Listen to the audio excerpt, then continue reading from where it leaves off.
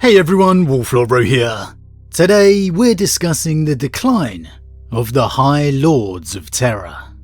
Spoiler warning to begin, as the events we're discussing today are from the Warhammer 40k novel I Am Slaughter by author Dan Abnett. As always, I really recommend you read the stories for yourself first without spoilers, as that's the best way to enjoy the lore for yourself.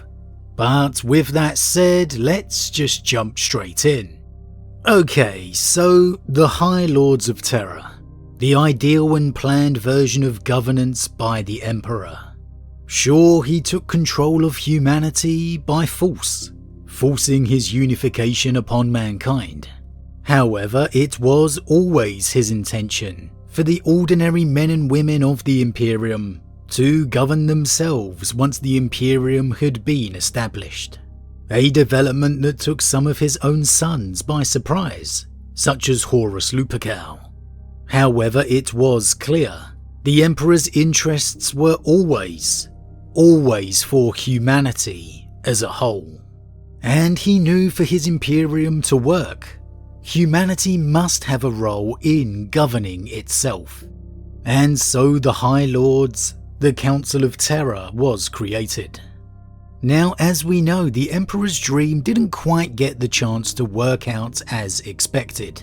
The heresy ruined everything. The Golden Age ended on the cusp of achieving it all. However, the Imperium lived on. The High Lords, the Council, it continued. It worked. Humanity was able to govern itself, beneath the stewardship of Lord Commander Guilliman, and then those that honoured his name. Yet as the years, decades and centuries passed, and the Imperium secured its borders, those flaws of people in power, flaws of humanity, began to creep in. And we get a fantastic glimpse of the kinds of flaws within the novel I Am Slaughter.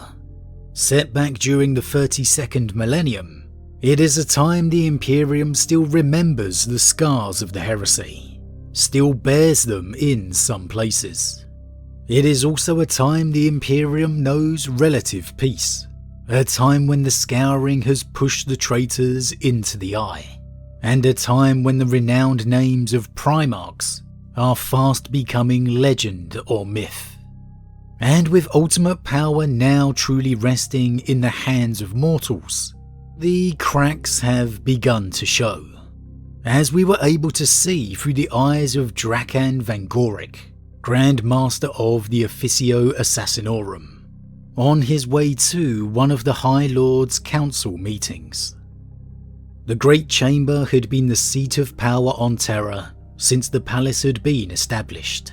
It was a formidable stadium, a veritable colosseum, with a central dais and seats for the High Lords, and then vast tiers of seats for more minor officials and lords, lesser functionaries, petitioners and so forth. At full capacity, it could hold 500,000 people.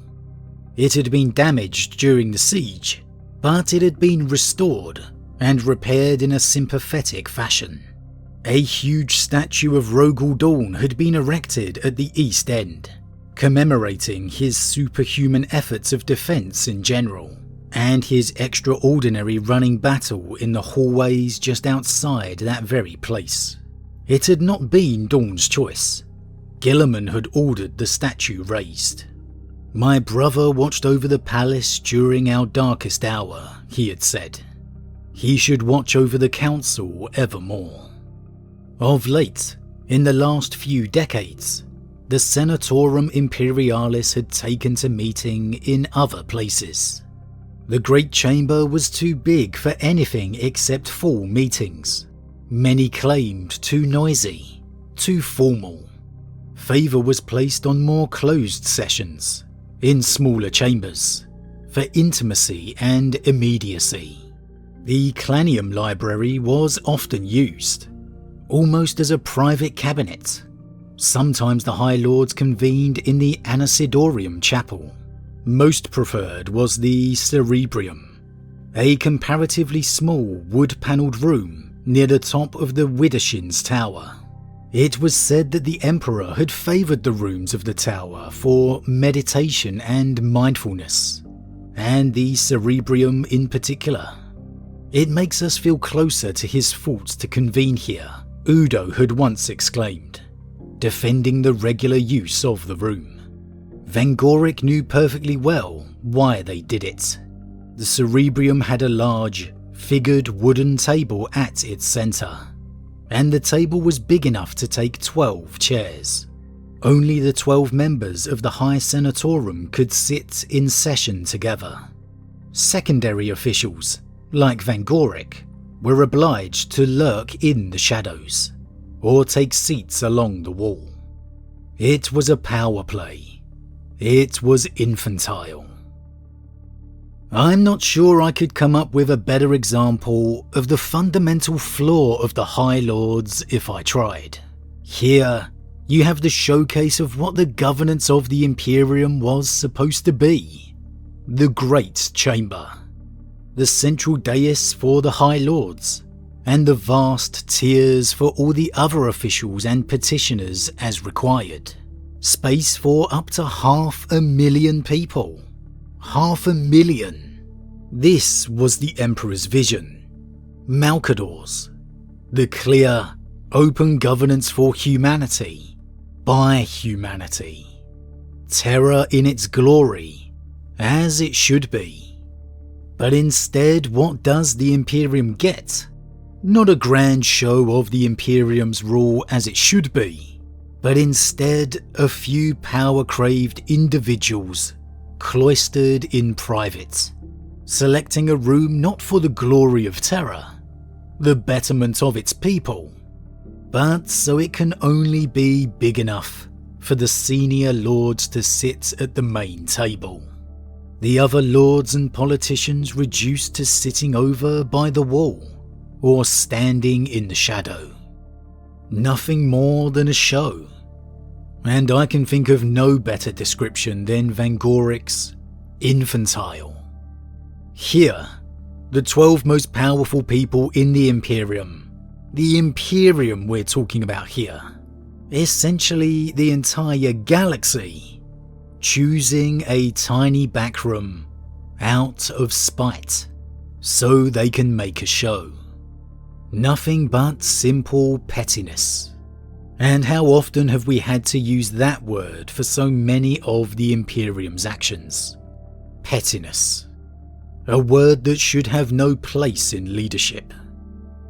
And we have that statue of Rogel now raised within the Great Chamber too. I have no doubt a touching show of respect from Rabute to his brother. The all too real knowledge of Rogel's duty performed during the siege, and Guilliman's absence. But I also can't help wondering if this was Guilliman's way of telling the council of their duty, the importance of just what they stand for, of Rogel being the perfect symbol of what was given so they might be able to sit where they do. But instead, as shown a little later, it's a message that has all too easily been forgotten. The Senatorum session had lasted for almost 7 hours. Tedium had been etched on some faces by the time it drew to a close, and few had been able to disguise their dissatisfaction when Ekarth had announced they would resume after a 3-hour interval, as there were still 87 items remaining on the agenda. Vangoric withdrew to his private suite to rest his mind. The problem as he saw it, and he believed he saw it very clearly, was that the instrument of governance was not as sharp as it had once been. The old 12 had met regularly and had dealt specifically with high order matters. Everything else had been delegated to the lower tiers of government and the administratum. Any review of the parliamentary records showed how economically and concisely the Senatorum had dealt with state affairs in previous, greater ages. Greater ages populated by greater men. Now the Senatorum was bloated and fat, overstuffed with hangers-on and minor officials, and it met on a whim whenever Udo or any other core members felt that it should. Business piled up, most of it far too trivial to bother the dignity of a proper Senatorum. And as for the actual process, these people weren't politicians. Procedure trudged along. No one knew how to debate properly. The most mindless committee vote took forever.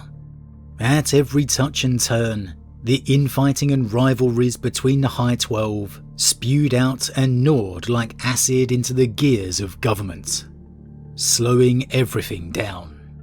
The decision taken on isotope shipments, for example, utterly ridiculous. They had actually voted for a policy that would actively harm the Imperium by retarding the efficiency of shipbuilding in the Uranic shipyards. Did anyone dare to see it that way? Of course not. Mezering had wanted the vote swayed to protect his family's huge commercial interests in the Tang sector, and he had called in favours from those in his power block. House Mezering had benefited. The Imperium had not. How different the Council's rule may have been had it still had the Emperor above it. The knowledge that they were there in this position to perform a duty to humanity, not to themselves. Here, quite clearly, that direction of duty has been lost. House Mezring had benefited, the Imperium had not. It's almost unbelievable. A High Lord of Terra actively placing their own interests over that of the Imperium. The Imperium they are here to serve. The Imperium they are supposed to guide. The Imperium that allows them to live the lives they do. And what's worse is that, as shown here, they even managed to get other lords to vote alongside them, knowingly making a decision that goes against the Imperium's interests. It's just absolutely incredulous, really. Can you even envisage anything remotely like that? Were Malcador still upon the council? Were the Emperor not incapacitated upon the throne? Oh, I think it would be a very different picture. The fall and decline was most likely a slow building thing, like the trickle of water creaking through a dam, that slowly builds up over time, over successive High Lords of Terra. As Vangaric stated, the High Lords previously met and dealt specifically with the highest priority important matters only, everything else delegated.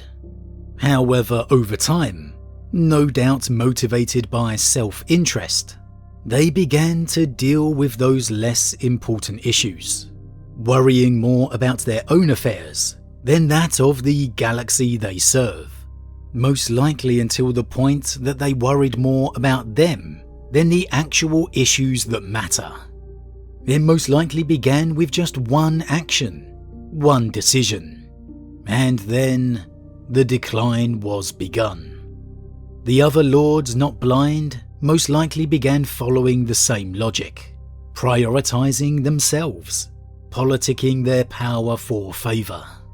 And with each successor to the council, that behavior became more and more entrenched, more normal, and so the Imperium fell ever further away from that golden vision it used to have.